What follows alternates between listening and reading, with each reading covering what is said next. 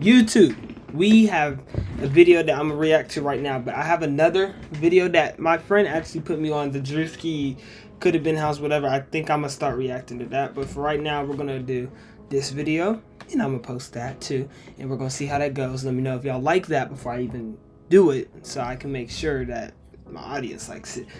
But anyways, let's get into this video. LeBron James, the greatest player on earth besides Tay. In the spring of 1995, the Philadelphia 76ers were getting word about a local high school player that was creating buzz around the city. A son of a former pro whose game already looked NBA ready before he even finished his junior season. 76ers head coach at the time, John Lucas, was so enamored by the kid that after watching him play just a single game, Lucas invited the kid to participate in a workout with the 76ers. At the workout, the kid did not disappoint. The 16-year-old phenom handing out buckets to 76ers rookie Jerry Stackhouse and showing that his game was NBA ready despite just finishing his junior season in high school. Soon enough, everyone knew about the high school kid and his infamous practice with an NBA team.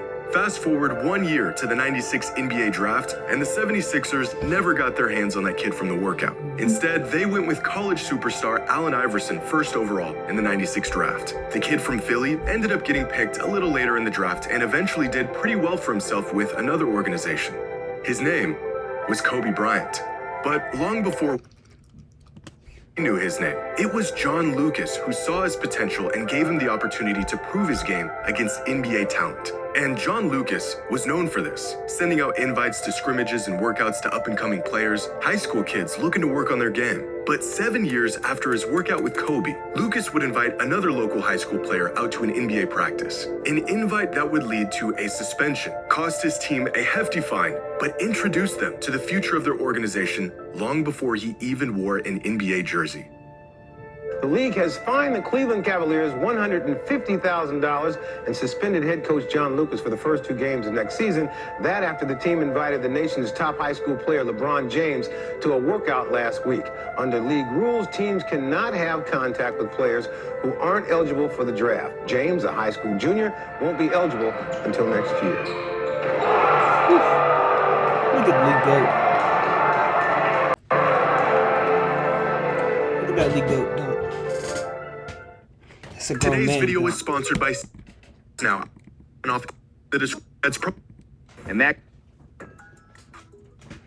the Cavs might not care, but I'm sure the Nuggets are smiling today as both teams now have a chance for gold in the NBA draft.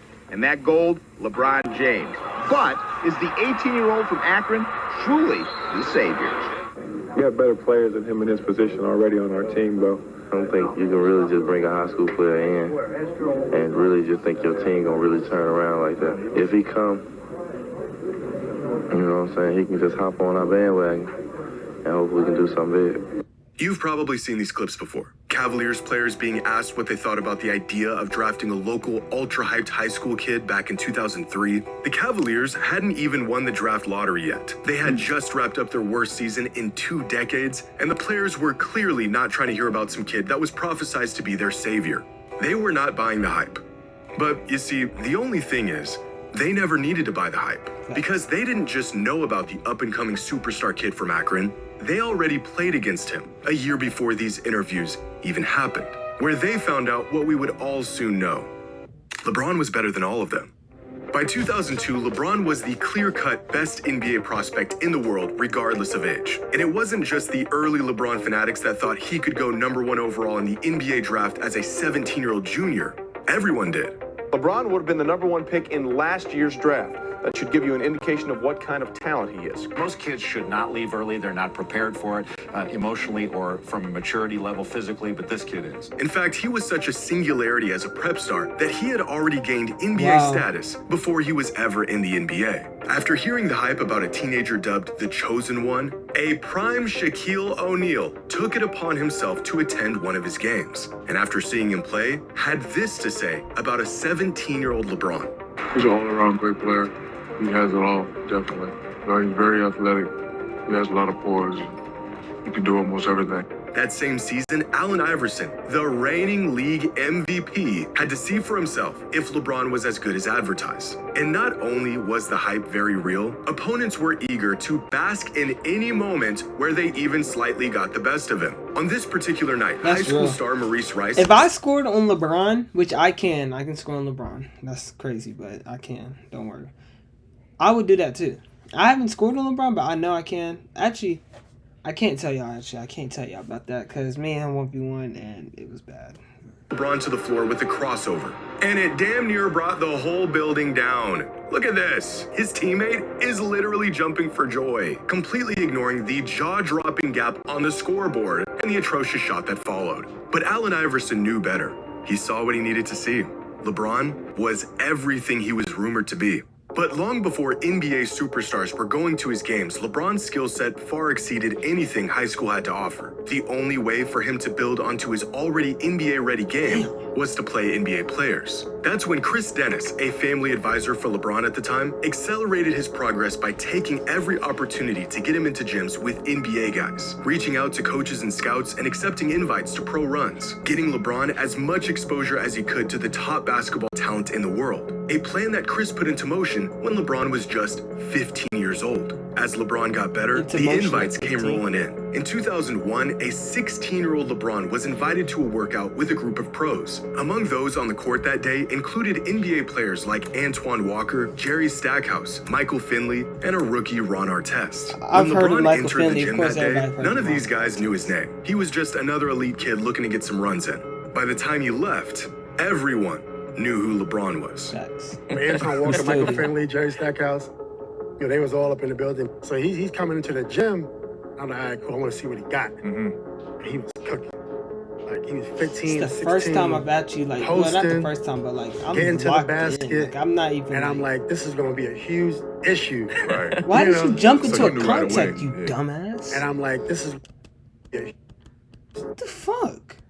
Fucking dumbass. Right. So you knew right away. Yeah, he could have went pro right then, honestly. Yeah, really? 100%. Quickly, the legend of LeBron James spread not just around households across the country, but in NBA locker rooms. More players wanted to see the kid in action for themselves. He showed up to more pro runs, and the results were always the same. The kid was already good enough to play in the NBA. That same year, LeBron was invited to a workout that included Penny Hardaway and Michael Jordan. 2 hours later, skeptics had turned into believers. I heard from an NBA source that this summer when he worked out with Michael Jordan that the two best players in the gym were Penny.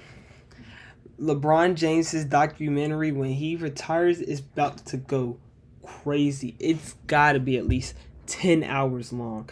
It has to be episodes probably. Because the fact that this is just one story alone got it, bro. Away and LeBron James. The description NBA players were giving to a high school LeBron, unguardable. A young LeBron was in there. LeBron was a sophomore and Antoine brought him that time. Oh, that's what happened? Yeah, sophomore. That's when he had the glasses still then, the little joints that go around his neck.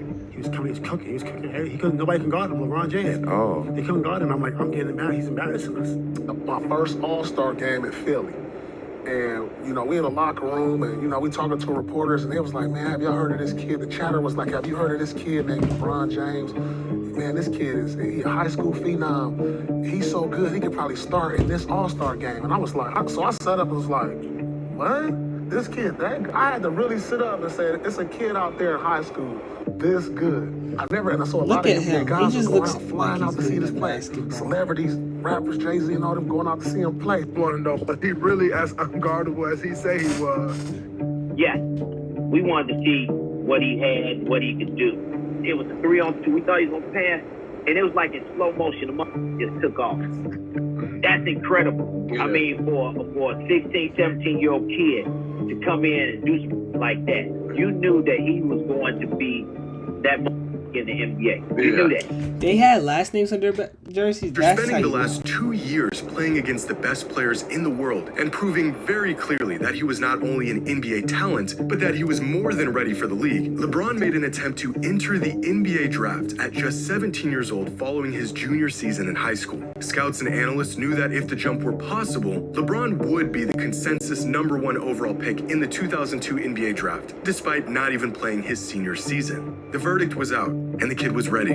However, the NBA was not. Unfortunately, a jump to the league was not possible according to the NBA's eligibility rules, which stated an athlete must complete high school before becoming eligible for the NBA draft. LeBron's response to the rejection? You know, golfers come out, you know, they start young, you know, that's how it is. But, you know, life is not fair. So you just got to live with life, and you just got to be patient. I've been patient this long, I can be patient for another year. The kid was playing in NBA runs. He was beating up on NBA players, but he couldn't play in the NBA. But he could still do the next best thing. Another note from the NBA, as Peter Vesey first reported yesterday, the league has fined the Cleveland Cavaliers $150,000 and suspended head coach John Lucas for the first 2 games of next season. That after the team invited the nation's top high school player, LeBron James, to a workout last week. Under league rules, teams cannot have contact with players who aren't eligible for the draft. James, a high school junior, won't be eligible until next year. By the spring of 2002, John Lucas, the same coach who invited a 16-year-old Kobe Bryant to work out with the 76ers, was now the head coach of the Cavaliers. His exclusive workouts with pros and the rare up-and-coming prep talent worthy enough to join were still going on. But by this point, John wasn't just hosting these workouts to open the gym up for his players or get some extra runs in. He was recruiting, because 40 miles away, the best NBA prospect in the world had just wrapped up his junior season. A kid still 1 year away from being draft eligible with a reputation of crashing NBA runs. In fact, John was among one of the many skeptics that attended one of LeBron's games a year prior to see if he was really as good as everyone said he was. And just like everyone else, he was immediately sold. And so the crazy part is, if you was to tell somebody back then that LeBron is considered the GOAT, they would have been like, we already know that. That's crazy. 20-something years ago, they still knew LeBron was going to be the GOAT. After the Cavaliers season ended, John invited LeBron to come work out with the team. By this point, most players around the league had heard of LeBron and knew he was a generational talent. Everyone except the players on the Cavaliers. When word got around that LeBron was going to be at their upcoming workout, Cavs players were not only skeptical, but ready to show him that he wasn't as NBA ready as he, or everyone else for that matter, thought he was, including our friends Darius Miles and Carlos Boozer. When LeBron showed up the day of the workout, initially their skepticism seemed to be right. He got off to a slow start, wasn't really making an impact on games, deferring to other players, playing like a kid just happy to be a part of the run. Keith Smart, the Cavaliers' assistant coach at the time, recalls LeBron just blending in with the guys. One player who was a part of the workout said they weren't even passing him the ball. But LeBron was not invited to this workout to blend in. Leading up to that day, John Lucas was going around telling people that this kid was better than Kobe was in their workout 7 years earlier. But 2 games in, LeBron's performance wasn't matching the hype. As far as the Cavs players were concerned, this kid was in over his head and not nearly ready to play against real NBA competition. But Lucas had other plans. After going through the motions for the first 2 games, Lucas called LeBron over and called him out, saying, quote, "So you don't want to play with the big boys? You're gonna live off all those damn accolades? You ain't ready." What happened next was described by Johnny Clark, who was at the workout and worked in player development for the Cavs at the time, as a switch flipping in LeBron's head. He heard Lucas... Thank God for this coach, bro. We love you. You're part of LeBron's... out and clear. And by the end of the workout, the Cavaliers had all the answers they needed. And Bron came, and like nobody was passing Bron the ball because everybody knew he was in high school. And we was all like not passing the ball. My dad like, stop praying. Hey, y'all little back, get him the ball. He the best one on the court. I was just like disgusted. I was like, man, here, like threw the ball to him like he ain't gonna do nothing with it. So we'll get it right back. Hey, bro, you make a move. So now you got Chris Mims, Sagana Diop, Carlos Boozer. The whole Cavs team, by the way. Man, this man goes underneath the rim, reversing, throws it in without looking at the rim. Man, he got to put ball every possession after that. because it was unbelievable. He's like, what else can you? You know, we hear about LeBron. We saw him play a couple times in high school, and he looks terrific against the high school competition. So you're like, oh, he's going to be able to play and compete. We get him on campus to get him to practice. Right away, we knew that he was our best player. He passed the ball. He got by people. He wanted to draw on the defense and kick it. He made the game so much easier and so much fun to play with. Right away, we knew he was our best player. Wag was there. It was his rookie year. Dimbo Cole, Darius Miles. But when he jumped him outside the paint, it was Sagana and it was either Chris Mims. No, it was Sagana and Carlos Boozer went up to try to block him. So he jumped like this, like he was going to dunk it on one side. He went underneath the goal and dunked it back without touching the rim. Just threw it in and just kept running like it was nothing. Bro, this sounds like the legends of the Ghost. You feel me? Holy. The rest was history after that. After getting called out by John Lucas, LeBron proceeded to spend the rest of the workout walking down everyone in the gym, scoring, quote, all the points, making all the assists, and taking over the workout. As Johnny Clark put it, I'm glad I was here to see this because if I heard from someone telling me what he was doing, I wouldn't have believed them. In fact, every single Cavs player in the gym that day couldn't believe what they were witnessing. Former Cavs player Bryant Stith was so enamored by what he saw that day, he went home that night and called his high school coach to tell him he just saw the next NBA superstar. John Lucas III, son of the Cavaliers coach, and yes, this John Lucas was a college player at the time and was also in attendance that day. And after the workout, made some calls of his own. Bro, turns out the Kobe comps were true. By the time everyone left the workout that day, there was no more doubt. They all realized the stories, the rumors, the Sports Illustrated cover. It was all true. LeBron was the chosen one, and he proved it. Which gives a whole new perspective on these interviews. All of these guys had already played against LeBron a year before these interviews took place. They saw him, they went toe-to-toe against him, and they were blown away by how good he was. Carlos Boozer's comment about having better players at his position already on their roster is specifically odd because back in 2001, John Lucas himself said LeBron may have been better than the Cavs starting guard the first time he ever even saw him play when he was just 16 years old. But you don't have to take my word for it. You can hear the words right from the mouth of our old friend, Darius Miles himself. Before the interview, before John Lucas told him about LeBron, and before their infamous workout. What do you say about the hype? Like Carlos Boozer, you heard his comments in the media. Yeah. And a lot of people saying that, you know, they had guys better than him. At the time, it was. Yeah. Like, that's not a... Like, they...